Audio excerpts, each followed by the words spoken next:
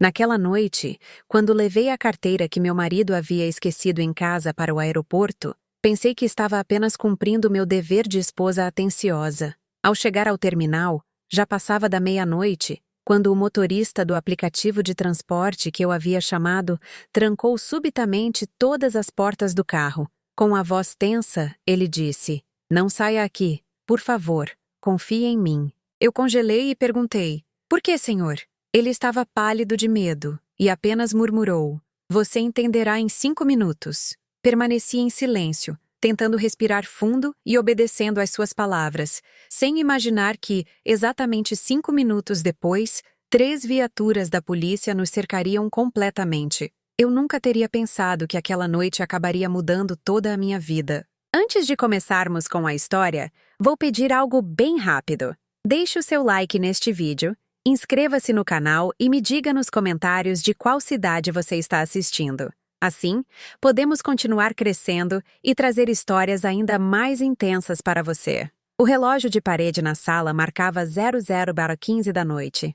Um silêncio frio, quase hostil, reinava na enorme casa. Clara acabara de terminar de arrumar a mesa de seu marido, Ricardo, que havia sido deixada uma bagunça devido aos preparativos para uma suposta viagem de trabalho de última hora. Ricardo havia se despedido às pressas, há apenas 1 hora, alegando que um problema urgente surgira com a abertura de uma nova filial da empresa no Nordeste e que ele precisava pegar o primeiro voo da madrugada. Clara, uma esposa dedicada que raramente questionava algo, apenas ajudou a preparar suas roupas e pertences sem fazer muitas perguntas, porque confiava nele cegamente. Durante 3 anos de casamento, Ricardo havia sido o marido perfeito para ela. Trabalhador, gentil e sempre doce em seu comportamento. Parecia ser alguém incapaz de machucá-la. Quando Clara estava prestes a apagar a luz do escritório, algo preto chamou sua atenção sob uma pilha de pastas no canto da mesa. Ela sentiu o coração despencar quando reconheceu o objeto. Era a carteira de couro de Ricardo. Ela a pegou imediatamente e verificou o conteúdo.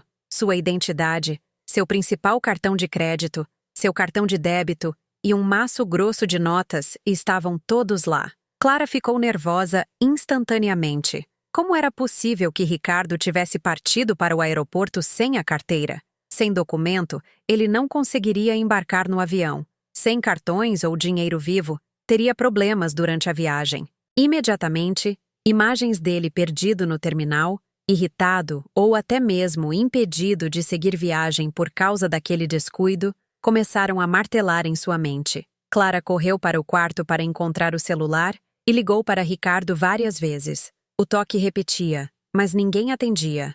Ela pensou que talvez ele estivesse no carro, a caminho do aeroporto, que estivesse com o celular no silencioso ou falando com alguém. Aquilo só aumentou sua ansiedade. Ela olhou novamente para o relógio de parede. Eram 00:20. O voo de Ricardo estava marcado para as 2h da manhã. Ainda havia tempo se ela saísse imediatamente. Eles moravam a cerca de 45 minutos do aeroporto se o trânsito estivesse livre. Clara não dirigia à noite porque sofria de fotofobia noturna devido ao brilho dos faróis que vinham em sentido contrário.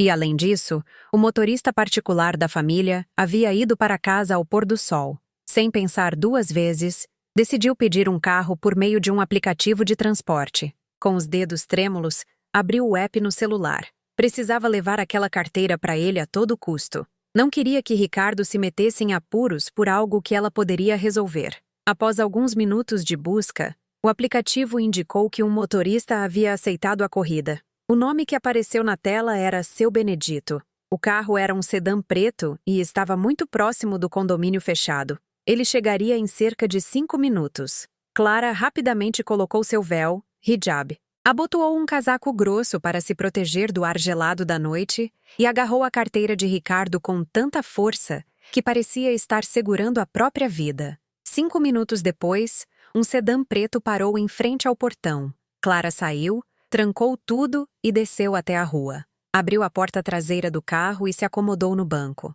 O ar-condicionado jogou um frio artificial no rosto dela que contrastava com o silêncio da noite. No banco da frente, sentava-se um homem negro de meia idade com cabelos já grisalhos nas têmporas. Ele olhou para Clara por apenas um segundo através do retrovisor. Tinha um olhar perspicaz, mas um rosto inexpressivo. Clara o cumprimentou educadamente. Pediu desculpas por solicitar uma corrida tão tarde e explicou que precisava ir para o terminal de embarque nacional do aeroporto. Seu Benedito apenas acenou com a cabeça sem se virar e deu a partida no carro lentamente, deixando a zona de casas de luxo para trás. Um silêncio estranho reinava dentro do carro. O rádio não estava ligado. Não havia um jazz suave, nem aquele pequeno esforço de conversa que muitos motoristas fazem para quebrar o gelo. Apenas o som do motor e o atrito dos pneus no asfalto podiam ser ouvidos. O sedã avançava pela estrada quase vazia, enquanto os postes de luz banhavam o interior do veículo com uma luz alaranjada e fraca. Clara continuava olhando para a tela do celular, esperando que Ricardo retornasse a chamada, mas a tela permanecia preta.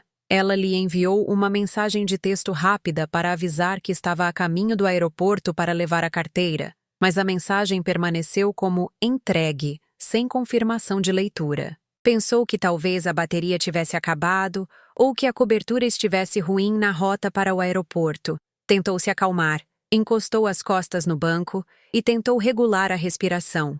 No entanto, havia algo no comportamento de Benedito que estava começando a perturbá-la.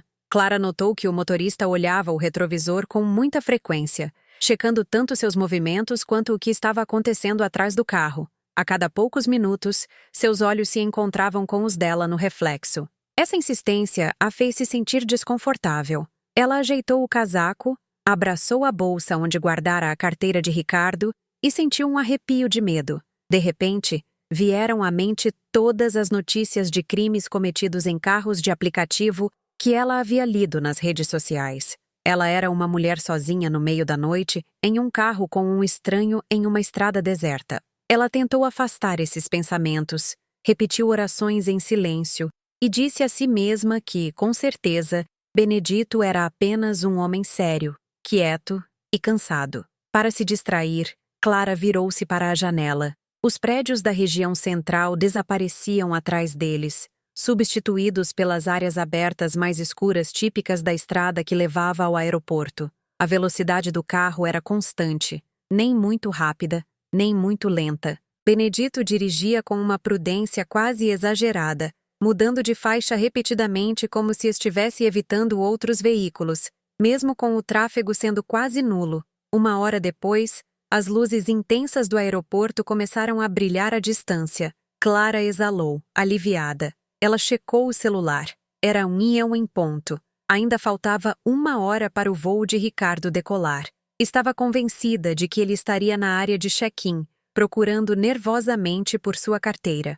Imaginou o rosto de alívio dele ao vê-la chegar com ela, e sorriu, sentindo-se orgulhosa de ser uma esposa tão atenciosa. O carro entrou na zona do aeroporto.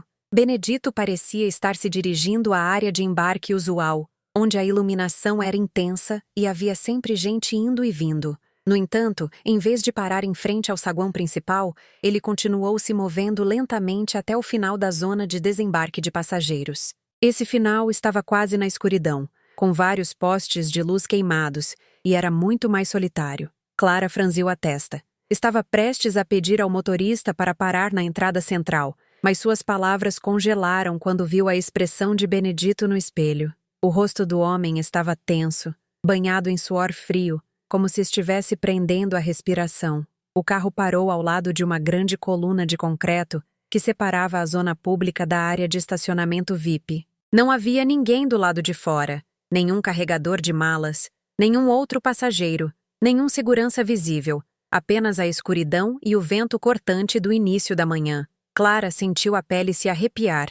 Seus instintos gritavam que algo não estava certo. Queria abrir a porta assim que o veículo parasse totalmente para correr em direção ao interior iluminado do terminal e encontrar Ricardo. Colocou a mão na maçaneta e puxou, mas a porta não se moveu. Tentou novamente com mais força. Nada. Tentou abrir o outro lado. O mesmo. As portas estavam travadas pelo controle central ao lado do assento do motorista. Um pânico escaldante invadiu seu peito. Ela começou a ofegar. Bateu na janela para chamar a atenção de qualquer pessoa que passasse, mas o lugar permaneceu deserto. Entre soluços, gritou para Benedito, perguntando por que ele havia trancado as portas, exigindo que ele as abrisse imediatamente. Ele não se moveu. Agarrou o volante com tanta força que seus nós dos dedos ficaram brancos. Não se virou para olhá-la em momento algum. Seus olhos estavam fixos na calçada escura ao lado do carro, como se esperasse que algo terrível surgisse de lá. Clara desabou em súplicas. Ofereceu-lhe dinheiro, joias, sua bolsa, a carteira de Ricardo, qualquer coisa, contanto que ele a deixasse ir. Foi então que Benedito falou com uma voz profunda, muito séria e diferente da do início. Você não vai sair aqui, Clara. Eu proíbo. Por favor, acredite em mim. Ele disse sem tirar os olhos do exterior. Essas palavras, em vez de acalmá-la, levaram o terror ainda mais fundo. Como ela poderia confiar em um homem que a mantinha trancada em um carro no meio da noite em frente a um aeroporto quase deserto? Ela desabou, chorando inconsolavelmente, e perguntou entre soluços por que ele estava fazendo isso com ela. Benedito virou-se apenas um pouco. Suas feições refletiam pânico genuíno, mas uma determinação de aço brilhava em seus olhos. Ele garantiu que em 5 minutos ela entenderia tudo, e que até então, sua vida dependia de não desobedecer. O corpo de Clara começou a tremer incontrolavelmente. Ela se encolheu no banco de trás, abraçando a bolsa, incapaz de decidir se deveria continuar gritando ou ficar parada para não provocar algo pior. Os segundos se transformaram em eternidades. Clara fixou o olhar no relógio digital do painel, observando enquanto os minutos avançavam em câmera lenta. 1, 2, 3. O silêncio dentro do carro era sufocante, enquanto lá fora, a escuridão parecia esconder um predador à espreita. Benedito continuava olhando os espelhos atentamente, como se monitorasse um inimigo invisível. Quando o contador mudou para o 5º minuto, o mundo desmoronou de uma vez. Da frente e de trás, 3 viaturas da polícia surgiram do nada, com sirenes uivando e luzes azuis e vermelhas iluminando o canto esquecido do terminal. Eles cercaram o sedã e bloquearam qualquer saída. Clara soltou um grito abafado, convencida por um momento de que eles estavam vindo prender o motorista. Sentiu um vislumbre de alívio. Pensou que a haviam resgatado de um sequestro.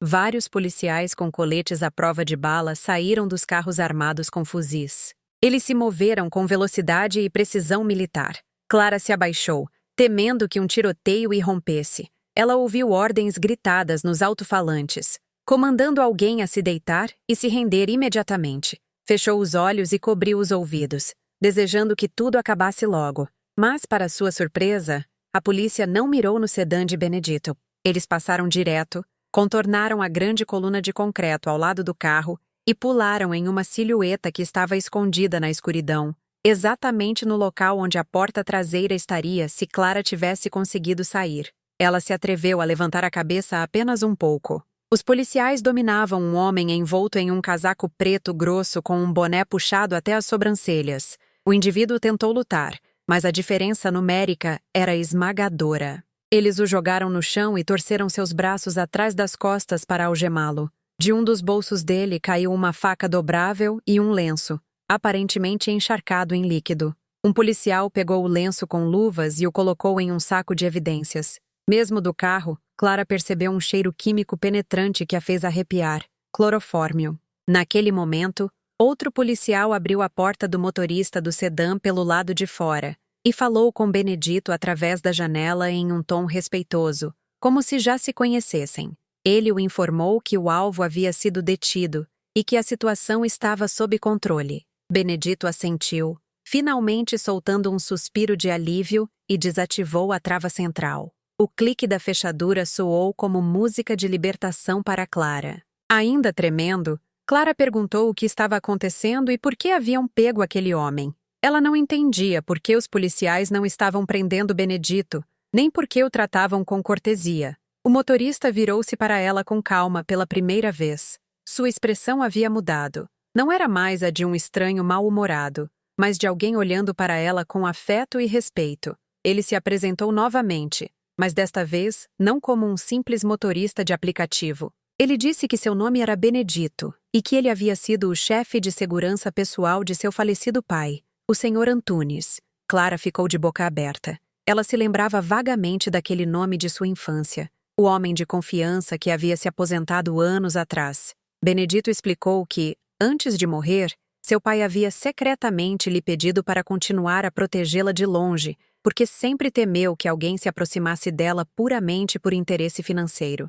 Naquela mesma noite, Benedito havia recebido uma denúncia de que um plano para sequestrá-la havia sido posto em ação. O homem que acabavam de prender era um pistoleiro contratado para arrebatá-la na porta do aeroporto. Assim que pusesse os pés na calçada, ele a teria imobilizado com aquele lenço encharcado de clorofórmio e a forçado a entrar em outro veículo. Clara cobriu a boca para sufocar um grito. A ideia de que havia estado a segundos de caminhar para a própria morte a deixou paralisada. Então, com a voz embargada, ela perguntou: "Quem poderia me odiar o suficiente para fazer algo assim?" Benedito não respondeu com palavras. Ele levantou a mão e apontou para cima, para o segundo andar do edifício de embarque internacional, onde a fachada de vidro revelava claramente o interior iluminado. Clara seguiu a direção de seu dedo e viu uma figura muito familiar.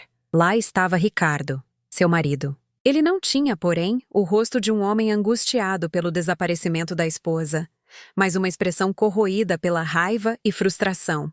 Ele jogou o celular contra o chão com violência e não estava sozinho. Ao lado dele estava Karen, a melhor amiga de Clara, sua companheira inseparável em compras e eventos sociais. Karen vestia um chamativo vestido vermelho e segurava o braço de Ricardo com ternura, tentando acalmá-lo. Aos pés deles, havia 2 malas grandes, malas de viagem, não de trabalho.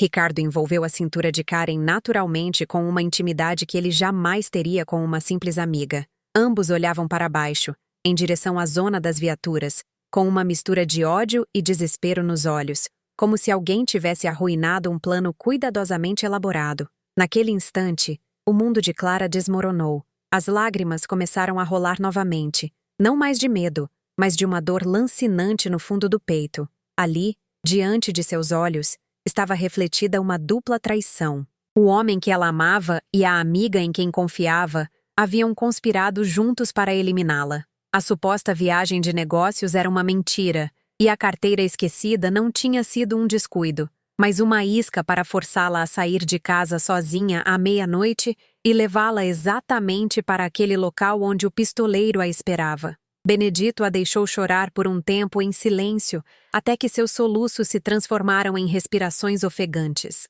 Então, ele ligou o carro novamente e se afastou do aeroporto, aquele palco onde uma parte de Clara havia morrido para sempre. Ao voltarem para a estrada, Benedito pediu que ela abrisse a carteira de Ricardo novamente. Clara obedeceu com as mãos ainda trêmulas. A identidade e os cartões ainda estavam lá. Ao tirar o dinheiro, ela notou algo estranho entre as notas. Um papel dobrado com muito cuidado. Não era um recibo simples, mas uma passagem aérea de ida para o exterior nos nomes de Ricardo e Karen. Atrás da passagem, outro papel era ainda mais perturbador. Uma apólice recente de seguro de vida em nome de Clara, por um valor equivalente a centenas de milhares de reais, com Ricardo como único beneficiário. De repente, tudo se encaixou. Ele não precisava daquela carteira porque já carregava o passaporte e as passagens que realmente importavam no bolso. Havia deixado a carteira de propósito para forçá-la a ir ao aeroporto. Se o sequestro corresse bem, eles a assassinariam. O corpo dela desapareceria e Ricardo poderia denunciá-la como desaparecida para, mais tarde, recolher o seguro e viver como um rei com Karen em outro país. Clara amassou os documentos com raiva, mas junto ao horror, algo novo começou a nascer dentro dela. O amor cego que ela nutria por Ricardo durante aqueles 3 anos foi pulverizado em questão de segundos, dando lugar a uma fúria fria e afiada, muito diferente do choro desesperado. Ela olhou para si mesma no espelho de maquiagem do carro e mal reconheceu a mulher que viu. Não era mais a esposa dócil e confiante daquela manhã. Benedito, percebendo aquela mudança em seus olhos através do espelho, entendeu que Clara estava pronta para passar de vítima a estrategista. Ele lhe disse que Ricardo não sabia que ela havia descoberto tudo. Do ponto de vista de seu marido, a única coisa que havia acontecido era que o sequestro havia falhado devido a uma operação policial imprevista. Essa ignorância de Ricardo era a maior vantagem de Clara. Ele ainda acreditava que ela era ingênua, alheia a qualquer suspeita. Benedito recomendou que ela voltasse para casa e fingisse que nada havia acontecido, que ela nunca havia ido ao aeroporto. Eles precisavam de tempo para preparar uma resposta, proteger os bens de Clara e reunir evidências. A velha versão dela, a mulher cega e complacente, estava enterrada naquela noite no estacionamento do aeroporto. Uma nova Clara emergia, disposta a se vingar com paciência e precisão. O sedã preto de Benedito avançava lentamente, como se estivesse atravessando uma ponte entre dois mundos, o da ingenuidade e o da lucidez. Dentro do carro, o silêncio voltou, mas não era mais o desconforto de antes, e sim uma calma densa carregada de dor e determinação. Clara continuava abraçando a bolsa como se fosse um colete salva-vidas no meio da tempestade, que havia devastado sua vida em menos de uma hora. Suas lágrimas haviam secado, deixando uma ardência áspera em sua pele. Ela observava a estrada iluminada por uma luz amarela triste, enquanto sua mente repassava tudo o que vira e ouvira repetidamente. Benedito, com uma voz serena e paternal, considerou que era o momento de lhe dar contexto. Ele confessou que vinha observando os movimentos de Ricardo com preocupação há 6 meses. Através de antigos contatos na polícia e na segurança privada, descobriu que um jovem empresário conhecido havia se endividado com jogo de azar online por uma quantia enorme, ultrapassando os R$200 mil. Esse empresário era Ricardo. A princípio, Benedito não queria acreditar, mas as evidências se acumulavam. Havia relatórios sobre o penhor de pequenos imóveis discretamente, sem notificar Clara. O comportamento de Ricardo havia se tornado mais hermético, mais nervoso. Clara se lembrou, com um nó na garganta, de todas as vezes que ele havia reclamado de projetos bloqueados ou clientes inadimplentes para justificar a necessidade de assinar documentos urgentes com ela e retirar dinheiro da conta conjunta. Agora, ela entendia que não era o negócio que estava devorando aquele dinheiro, mas o jogo. Sentiu-se culpada por ter falhado com o legado de seu pai, que a havia deixado a empresa e as propriedades para cuidar. Ela permitiu que um lobo em pele de cordeiro dormisse ao lado dela todas as noites, devorando seu futuro pouco a pouco. Benedito então pediu que ela verificasse a carteira novamente com mais atenção. Clara deslizou os dedos por um compartimento tão estreito que era quase imperceptível atrás dos slots de cartões. Ali, encontrou um papel muito dobrado, uma procuração que transferia o título da casa principal e de um valioso sítio no centro da cidade, do nome dela para o de Ricardo. A assinatura que aparecia no rodapé era a de Clara, ou pelo menos parecia. Ela soube imediatamente que nunca havia assinado aquele documento. Benedito explicou que Ricardo provavelmente havia forjado sua assinatura ou escorregado aquele papel, em meio a outros documentos, quando ela estava cansada ou distraída. O plano era tão meticuloso que dava medo. Se o sequestro fosse bem-sucedido e Clara desaparecesse, Ricardo usaria aquela procuração imediatamente, antes que a notícia se tornasse pública, e ficaria legalmente com tudo. Clara amassou o papel com raiva. Nem um pingo de afeto restava em seu peito. Ela se lembrou do sorriso doce de Ricardo ao se despedir naquela noite, pensando que em poucas horas ela estaria morta. Jurou a si mesma que não se deixaria enganar assim novamente. Olhou para o próprio reflexo na janela do carro e decidiu que a mulher fraca que tinha sido até então terminava ali. Em honra à memória de seu pai e por respeito a si mesma, ela não permitiria que Ricardo e Karen ganhassem nem mais 1 centímetro. Benedito, percebendo aquela determinação, começou a traçar um plano. A primeira coisa era voltar para casa antes que Ricardo retornasse frustrado do aeroporto. A história oficial tinha que ser muito simples. Clara havia encontrado a carteira em casa, em um lugar plausível, para que Ricardo acreditasse que ela não havia sequer colocado os pés para fora. A viagem de volta pareceu mais curta do que a de ida. As ruas de São Paulo estavam quase vazias às 2h da manhã, um cenário perfeito para Clara ordenar seus pensamentos. Ela limpou os vestígios de lágrimas, ajeitou seu véu no pequeno espelho e praticou um sorriso. A princípio, o gesto parecia duro e artificial, mas tentando repetidamente, conseguiu recuperar a expressão doce que Ricardo conhecia. Ela teria que se tornar a melhor atriz de sua própria vida, não em busca de um prêmio, mas para salvar seu destino. Ao chegar ao condomínio fechado, Benedito desligou as luzes do carro para não atrair a atenção do vigia ou dos vizinhos.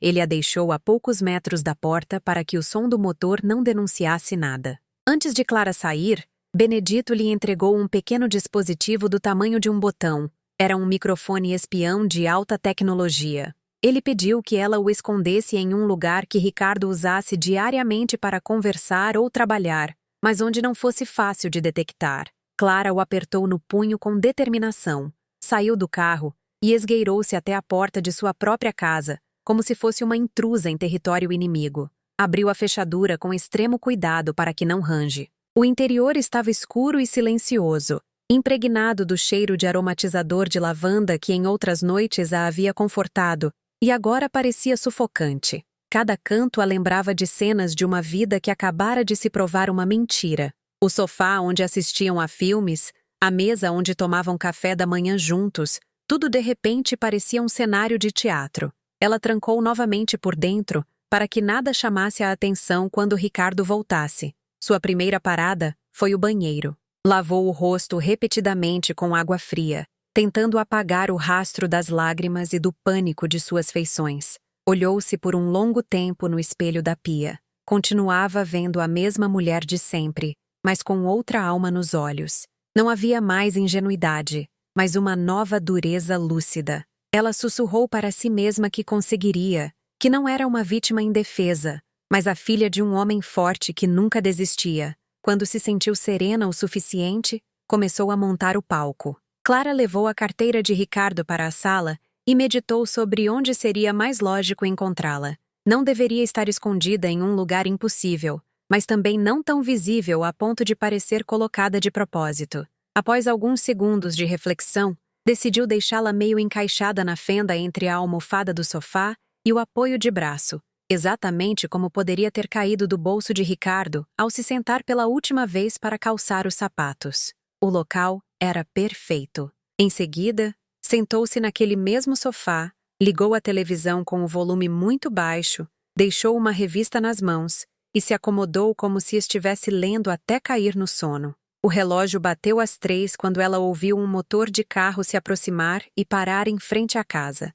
Ela se forçou a fechar os olhos e respirar lenta e regularmente, imitando o sono. Ouviu a chave girar bruscamente na fechadura e a porta ser aberta com um estrondo. Ricardo entrou ofegante, com a gravata solta, o rosto suado e a expressão alterada. Não era, porém, o suor de quem volta exausto do trânsito, mas de quem viu um plano criminoso afundar diante de seus olhos. Ele chamou o nome de Clara em voz alta. Ela fingiu se assustar, deixou a revista cair e se sentou com um bocejo exagerado. Piscou várias vezes como se estivesse desorientada e perguntou o que ele estava fazendo ali se não deveria estar no avião a essa hora. Sua atuação foi impecável.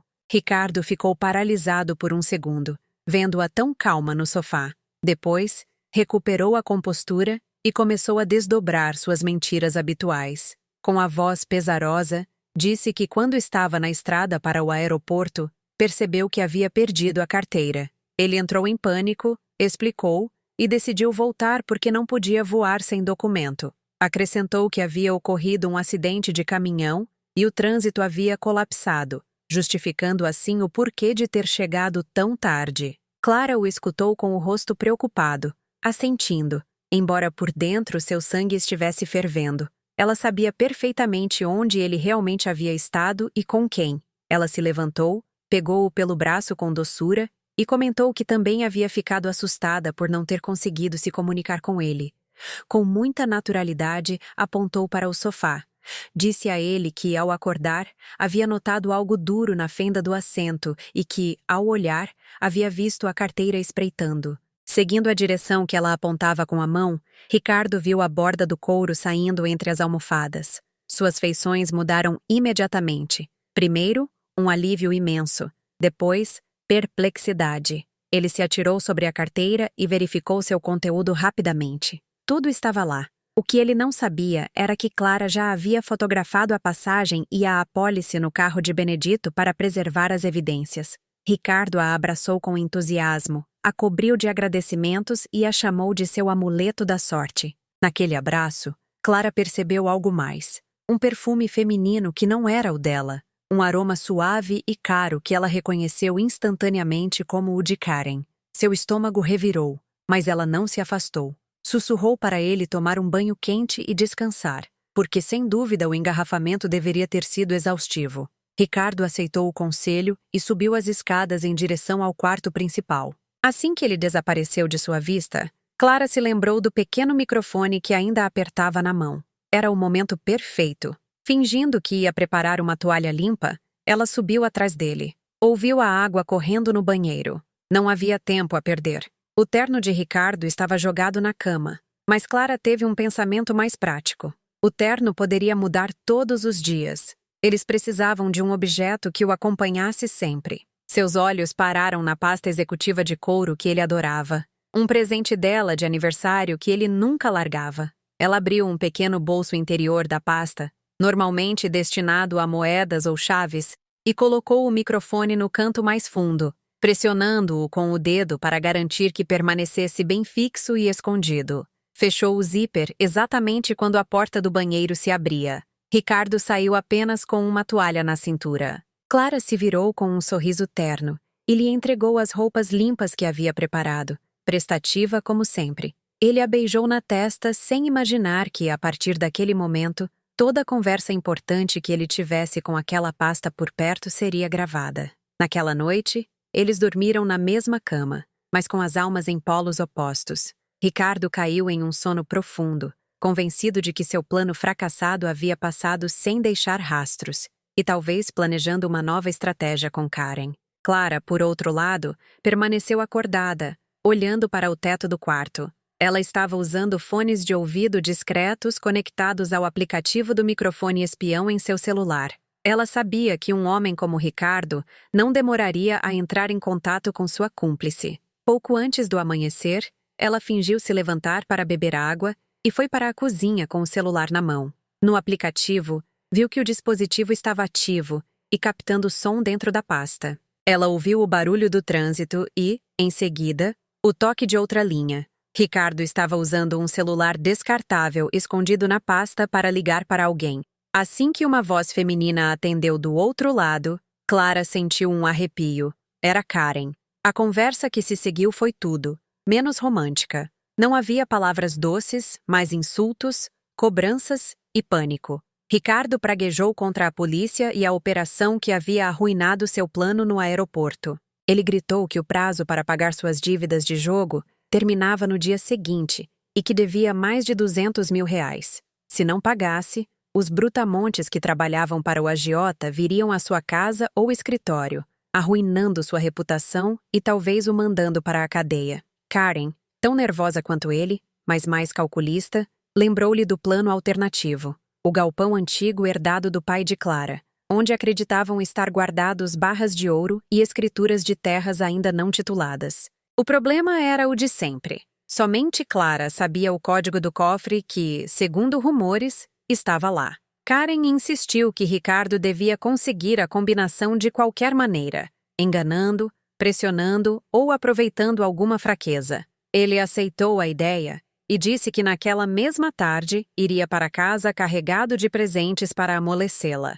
Ouvir tudo aquilo foi o empurrão final que Clara precisava. Ela desligou e, sem perder tempo, ligou para Benedito. Meia hora depois, o sedã preto estava em frente à sua porta novamente. Clara entrou no carro com uma mochila na qual carregava documentos importantes que havia retirado de um pequeno cofre em seu quarto. Estava pálida, mas seus olhos ardiam com uma mistura de dor e firmeza. Ela contou a Benedito cada detalhe da ligação. Ele ouviu em silêncio e, então, lhe disse que o primeiro passo era proteger seu dinheiro e bens antes que Ricardo fizesse qualquer movimento desesperado. Juntos, eles se dirigiram ao banco e ao advogado de confiança de seu pai. No banco, Clara transferiu a maior parte do dinheiro da conta conjunta para uma nova conta em seu nome e bloqueou os cartões adicionais que Ricardo usava, alegando que a carteira havia sido perdida e que precisava cancelá-los por segurança. No escritório do advogado, ela assinou um documento de proteção de bens que tornaria enormemente difícil qualquer tentativa de dispor de suas propriedades sem sua presença.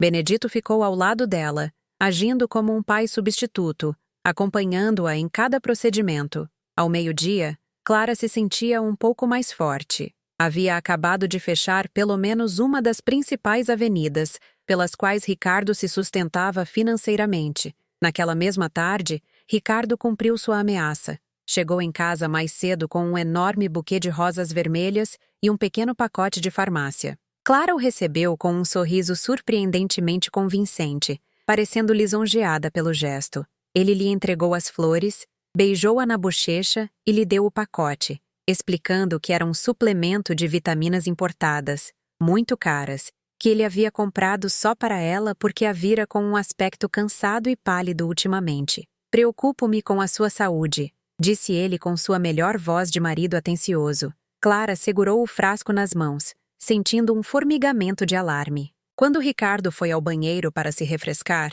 ela o abriu com cautela. O lacre parecia violado e mal colado. Ela esvaziou uma cápsula na palma da mão. Sua aparência não combinava com a de vitaminas comuns e tinha um delicado pó branco na superfície, clorofórmio. Durante o jantar, Ricardo insistiu várias vezes para que ela tomasse uma cápsula na frente dele. Ele a observava com uma intensidade assustadora, como se esperasse um efeito imediato. Clara, com astúcia, levantou-se da mesa dizendo que ia buscar um copo d'água. Na cozinha, ela jogou a cápsula pelo ralo da pia e colocou uma bala de menta de tamanho semelhante na boca. Voltou à mesa, colocou-a na língua e a engoliu diante dos olhos de Ricardo. Ele sorriu, satisfeito, acreditando ter dado o primeiro passo para envenená-la pouco a pouco. Nos dias seguintes, Clara continuou se desfazendo do conteúdo do frasco no vaso sanitário, deixando apenas o recipiente vazio, para que parecesse que ela estava tomando-o com disciplina. A guerra secreta havia começado e qualquer deslize poderia custar-lhe a vida. 3 dias após aquela tentativa de envenenamento, Ricardo estava começando a desmoronar. Ele esperava ver Clara adoecer, mostrar sinais de tontura ou fraqueza que facilitassem seus planos, mas o que viu foi o oposto. Ela acordava cedo, fazia alongamentos no jardim, cozinhava refeições saudáveis, sorria e o despedia com palavras amáveis. Isso o deixava ainda mais nervoso. Enquanto os credores do jogo continuavam a assediar seu telefone com ameaças cada vez mais explícitas, Clara, vendo que a pressão sobre ele aumentava, decidiu que havia chegado o momento de passar para o contra-ataque psicológico. Ela precisava empurrá-lo a cometer erros que o incriminariam ainda mais. Ela ligou para ele no escritório no meio da manhã com um tom alegre. Disse que havia refletido e queria comemorar o fato de ele estar mais calmo após o susto da carteira perdida, e também agradecer o quanto ele trabalhava duro. Planejou organizar um jantar especial em casa. Como cereja no topo, confessou que sentia falta de sua melhor amiga, Karen, que não via há um tempo, e perguntou se ele achava uma boa ideia convidá-la também. Do outro lado da linha, houve um breve silêncio. Ricardo deve ter debatido entre o risco e a oportunidade. Ter sua amante e sua esposa sob o mesmo teto era perigoso, mas também poderia servir para manipular ambas juntas. Finalmente, ele aceitou com entusiasmo fingido, sem suspeitar que acabara de entrar direto na armadilha. Naquela noite, Clara arrumou a mesa com cuidado quase cerimonial. Ela acendeu velas perfumadas, trouxe a louça de porcelana mais fina e colocou travessas de carne selecionada e acompanhamentos cuidadosamente preparados no centro. Ela vestia um modesto vestido bordô, elegante e sóbrio, e havia aplicado apenas maquiagem suficiente para realçar feições que agora estavam mais firmes. Às 20h em ponto, a campainha tocou. Ricardo abriu a porta para Karen, que apareceu em um vestido justo que marcava todas as curvas, criando uma clara diferença com a descrição de Clara. Ela sorriu e trouxe um presente na mão. Cumprimentou Clara com beijos nas 2 bochechas com aquele falso afeto que sempre usava. E Clara retribuiu o abraço, sentindo como se estivesse abraçando uma cobra. O jantar começou com piadas leves e comentários triviais. Ricardo e Karen trocavam olhares carregados de mensagens que Clara fingia não notar. Ela se concentrava em servir, reabastecer os copos e manter a atmosfera aparentemente cordial. Em meio ao tilintar dos talheres, Clara decidiu mover as peças. Ela pousou lentamente a faca e o garfo no prato, limpou os lábios com o guardanapo e, com a voz mais baixa, disse que na noite anterior havia tido um sonho muito estranho. Ricardo, com a boca cheia, perguntou o que ela havia sonhado. Clara sorriu com um ar enigmático. Ela narrou que no sonho havia uma mulher rica com um marido encantador e uma amiga muito próxima, mas secretamente, aquele marido e a amiga estavam conspirando para assassiná-la pela herança. Os detalhes, ela acrescentou, eram tão precisos que gelavam o sangue. Ela falou de uma viagem de trabalho falsa, de um pistoleiro com clorofórmio na porta de um aeroporto, de vitaminas adulteradas. O rosto de Karen perdeu toda a cor. Seu garfo escorregou da mão e tilintou contra o prato. Ricardo engasgou com um pedaço de carne e começou a tossir desesperadamente, bebendo água em grandes goles. O ar na sala ficou denso. Os dois se olharam de soslaio, tentando adivinhar o quanto Clara sabia. Ela, após uma pausa calculada, soltou uma risada leve e disse que, felizmente, havia sido apenas um sonho, pois era impossível que um marido tão amoroso quanto Ricardo e uma amiga tão boa quanto Karen fizessem algo tão monstruoso. Suas palavras, suaves na forma, cortavam como um bisturi. Antes que pudessem recuperar o controle, Clara lançou o golpe final. Ela disse que aquele sonho a havia feito pensar muito sobre a morte e que, movida por uma espécie de iluminação espiritual, ela havia ido naquele mesmo dia ao advogado. Ela comentou, com um gesto sereno, que havia modificado completamente seu testamento.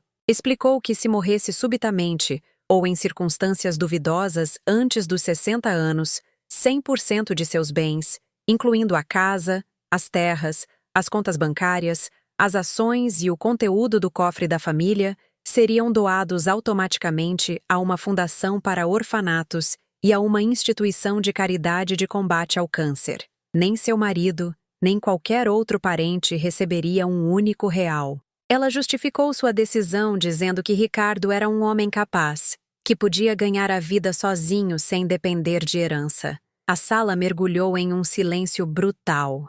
Ricardo ficou rígido, olhando para o espaço como se alguém tivesse puxado o chão debaixo de seus pés. Karen abriu a boca, mas não encontrou palavras. Todo o esforço para eliminar Clara e ficar com o dinheiro dela havia sido neutralizado em um instante. Matá-la não fazia mais sentido. Se ela morresse, eles não teriam nada para herdar além de suas próprias dívidas. Clara olhou para eles, inclinou a cabeça e, com um sorriso docemente venenoso, perguntou se eles viam algo de errado em sua decisão, se talvez não fosse digno destinar à caridade. Ricardo gaguejou que era uma reação exagerada e que ela tinha que pensar no futuro da família. Clara o interrompeu com polidez firme, insistindo que estava fazendo isso justamente pensando em seu futuro espiritual. Ela terminou seu pedaço de carne como se nada tivesse acontecido, enquanto, em frente a ela, duas almas gananciosas se desfaziam em desespero silencioso. O que nenhum dos dois sabia era que, em um canto da sala de jantar,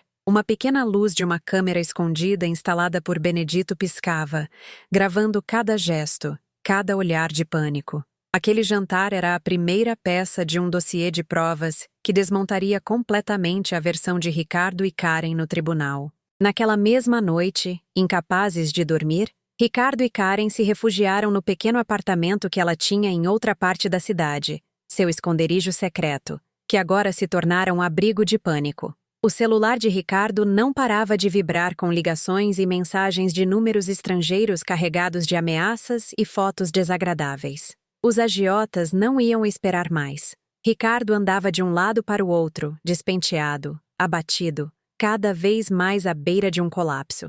Ele sabia que, com o Novo Testamento, matar Clara seria inútil. Conseguir a herança da maneira rápida estava descartado. Karen, fumando nervosamente no sofá, o culpava por tudo. Ela jogou a responsabilidade nele por não ter controlado sua esposa e por ter permitido que ela mudasse o testamento. Eles discutiram, gritando com insultos cada vez mais cruéis. No entanto, Quanto mais o relógio avançava, mais claro eles viam que precisavam de dinheiro imediatamente. Se não podiam eliminar Clara, só lhes restava a opção de quebrá-la. Ricardo decidiu dar uma nova guinada na violência. Ele arquitetaria um sequestro doméstico. Ele contrataria 3 brutamontes para entrarem na casa, amarrarem Clara e a torturarem física e psicologicamente, até que, enfraquecida, ela assinasse uma revogação do testamento e várias procurações para a transferência de bens. Ele não estava mais interessado em fingir ser o marido perfeito. Sua vida estava em jogo e a máscara estava caindo. No dia seguinte, Ricardo não voltou para casa. Ele enviou uma mensagem de texto dizendo que havia surgido uma auditoria urgente na empresa e que teria que ficar e dormir lá. Na realidade, ele se encontrou com 3 criminosos de grande porte em uma lanchonete na periferia da cidade. Ele lhes prometeu um bom pagamento se conseguissem as assinaturas necessárias de Clara. Quando o sol começou a se pôr e o céu morria em tons de laranja, Ricardo, Karen e os brutamontes entraram em uma van com vidros fumê rumo à casa de Clara. Do lado de fora, a residência estava silenciosa. Não havia luzes acesas na entrada. Algo estranho, porque Clara costumava acender a luz da varanda antes do anoitecer. O carro dela ainda estava na garagem, o que significava que, em tese, ela estava dentro. Ricardo abriu o portão com uma chave reserva e caminhou com o coração acelerado. Ele sinalizou para os brutamontes se prepararem. Ele colocou a chave na fechadura da porta principal e a girou com cuidado. A porta se abriu sem resistência. Eles entraram como uma onda no térreo, preparados para subjugar quem encontrassem. Os brutamontes checaram a sala, a cozinha e os quartos de hóspedes. Ricardo e Karen correram para o quarto principal, onde Clara geralmente descansava quando estava em casa. Ricardo chutou a porta e gritou o nome dela em tom de ameaça. O quarto estava vazio. A cama impecavelmente arrumada, o armário intacto.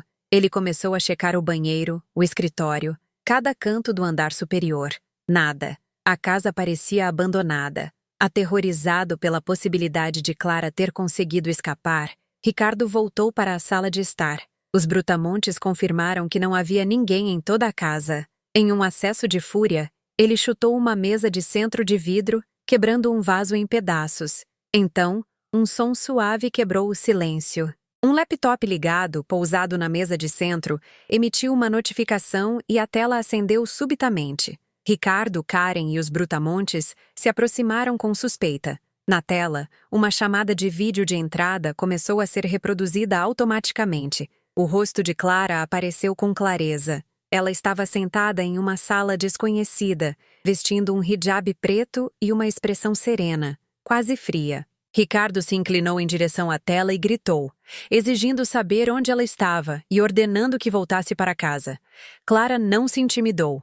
Ela cumprimentou Ricardo, Karen e, sem hesitar, cumprimentou os convidados que eles haviam trazido também, demonstrando saber perfeitamente que ele não estava sozinho. Em seguida, apontou com o dedo para uma pequena marca no canto da tela, o ícone de transmissão ao vivo, e um contador de espectadores que não parava de subir. Ela lhes explicou que câmeras escondidas instaladas por toda a casa estavam transmitindo em tempo real para um servidor privado acessado por seu advogado e certos contatos da polícia. Se ela pressionasse um botão em seu celular, todo o conteúdo e a localização seriam enviados imediatamente às autoridades. Ricardo empalideceu. Clara ainda não havia alertado a polícia. Ela estava lhes dando uma última chance de ouvi-la. Com calma, ela lhes disse que sabia que haviam vindo pelo dinheiro dela e sabia que Ricardo estava sendo caçado por suas dívidas de jogo. Ela reconheceu estar ciente da urgência, mas acrescentou que não pretendia ajudá-lo da maneira que ele queria.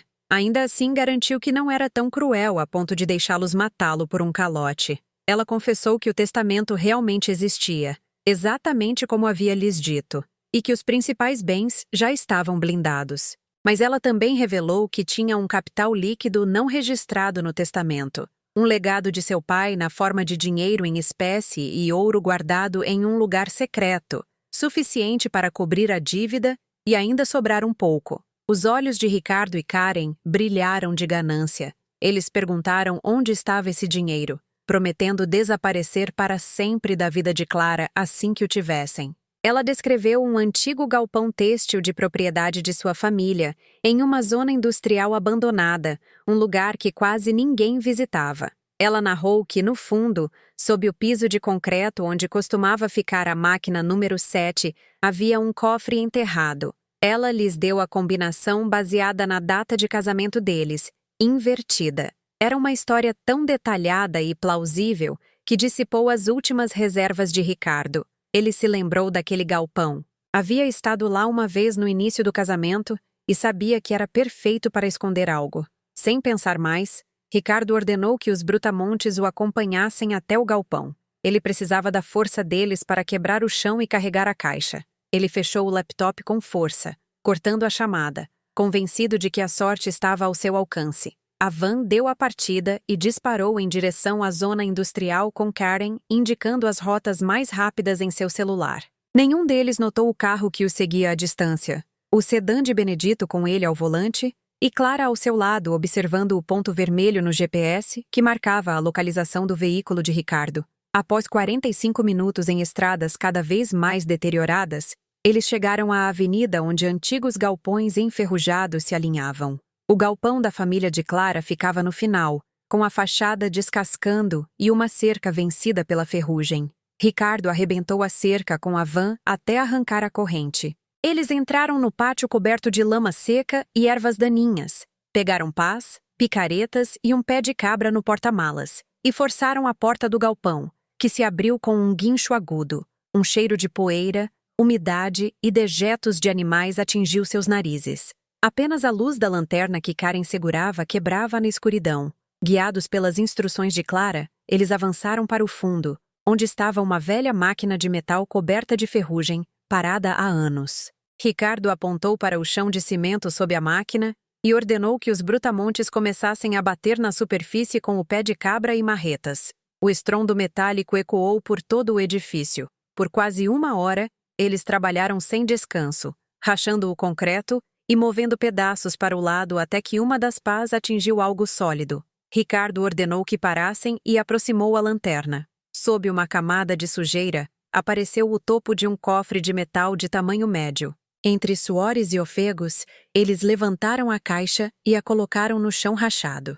Ricardo limpou as mãos como pôde, aproximou-se do cadeado de combinação e começou a girar a roda com os dedos trêmulos, seguindo os números que Clara havia lhe dado. Um clique suave foi ouvido. A fechadura cedeu. Karen correu para ficar ao lado dele, prendendo a respiração. Os brutamontes também se aproximaram, tentando ver o interior. Ricardo abriu a caixa, de repente, esperando uma chuva de brilho dourado.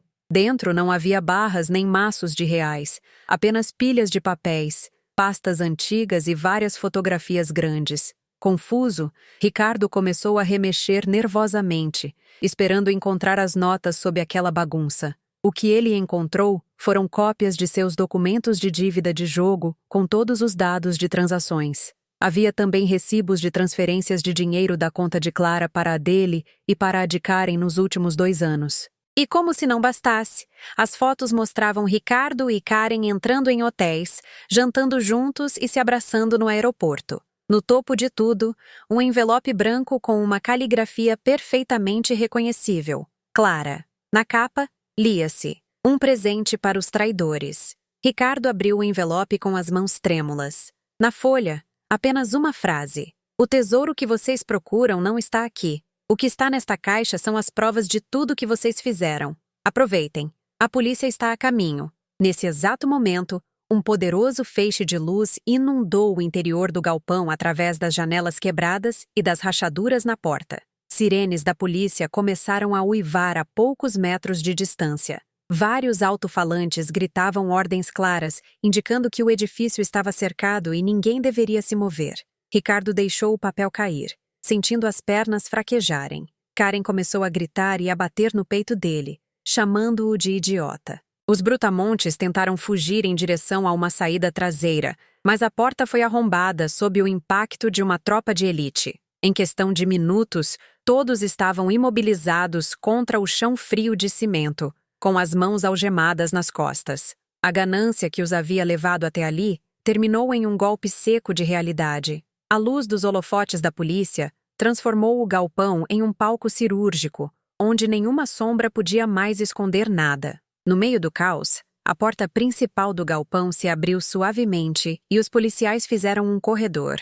O som de saltos ressoou no cimento. Clara apareceu impecável, em um casaco de cor clara e seu véu perfeitamente colocado. Atrás dela, avançava Benedito, orgulhoso com um gesto de satisfação.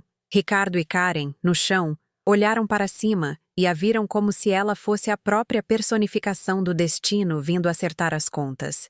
Não havia mais nenhum vestígio da esposa submissa que eles conheciam. Na frente deles estava uma mulher que havia recuperado o controle de sua vida. Ricardo tentou rastejar em direção a ela, chorando, pedindo perdão, dizendo que havia sido um erro, que estava confuso, que Karen o havia manipulado, que no fundo a amava. Ele se ajoelhou, tentou beijar as pontas de seus sapatos. Karen, vendo aquela cena, soltou um insulto e também começou a implorar, garantindo que havia apenas seguido Ricardo e que não suportaria ir para a prisão. Clara deu um passo para trás para não se deixar tocar. Ela olhou para eles com uma mistura de pena e repulsa. Perguntou a Ricardo se ele se lembrava da noite no aeroporto, quando ele a observava da janela esperando por um pistoleiro para acabar com a vida dela. Ela lhe disse que naquela noite havia lhe presenteado com uma possibilidade de mudança, ao não denunciá-lo imediatamente, que queria ver se restava alguma humanidade nele. Em vez disso, ele havia lhe oferecido veneno e violência. Ela então pegou o celular e lhes mostrou a tela. Dezenas de comentários rolavam sob uma transmissão ao vivo.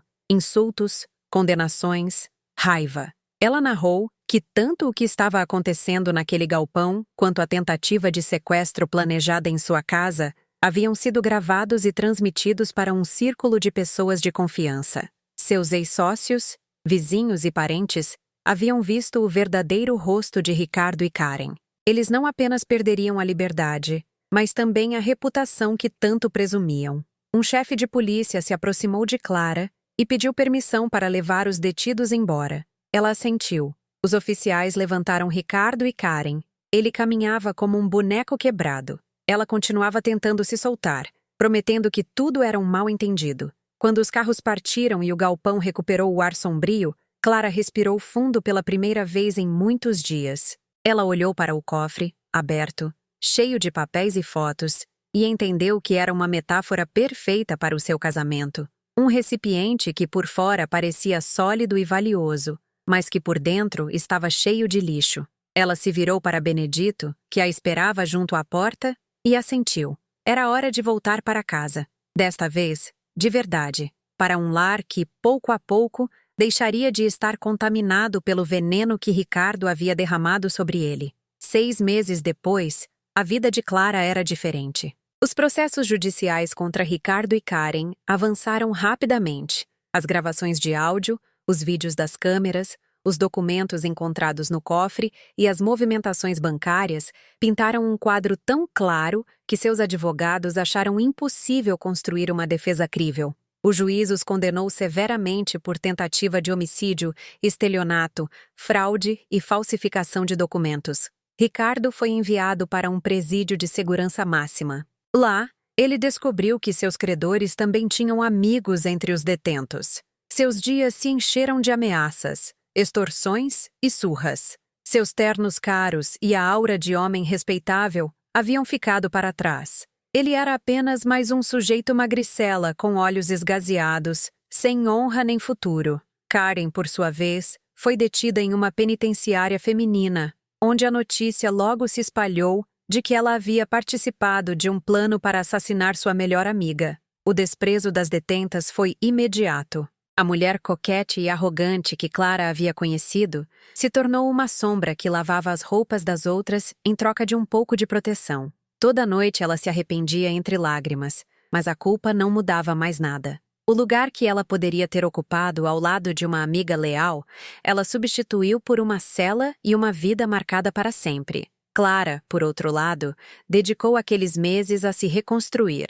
Ela reformou a casa, mudou móveis, cores e a disposição dos cômodos. Removeu todo o traço das decisões de Ricardo e encheu os ambientes com luz e vida.